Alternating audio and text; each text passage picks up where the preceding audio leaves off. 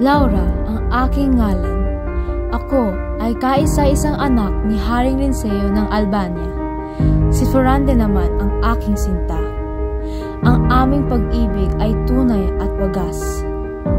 Ito ang aming kwento.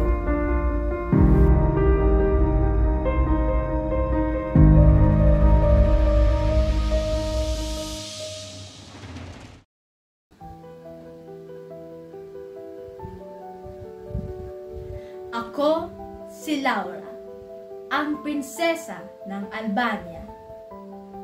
At si Florante, isang magiting na mandirigma, ang aking sinisinta.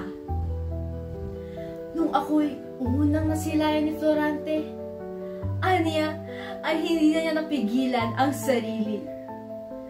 Humanga sa aking kagandahan, sa aking ginintoang puso, ay nahulog ng tuluyan.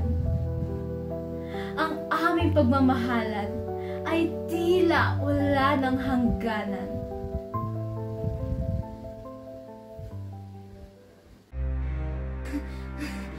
Hanggang sa dumating si Conde Adolfo, napakasama at malupit.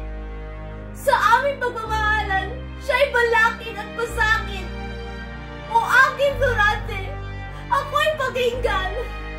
Patid ko ang iyong paghihirap at pagdalalamhading nararamdaman. Buong Albania ay napasailalim ng sakim na si Conde Adolfo. At ang ating mga ama ay kapwa ang pinugutan ng ulo. Huwag mo sanang isipin na ikaw ang aking pinagtagsilan. Si Conde Adolfo pilit iginapos ang aking puso at katawan.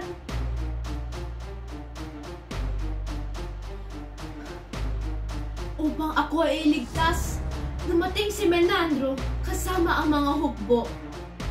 Ngunit, tumakas si Conde Adolfo na tangay akong bihag. Sa kagubatan ay tumungo.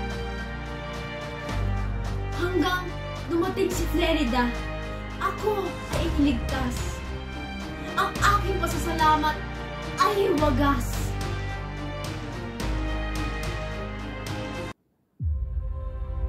Kung alam mo lamang ang aking nararamdaman, kasiyahang labis sapagkat ikaw ay muling masisilayan.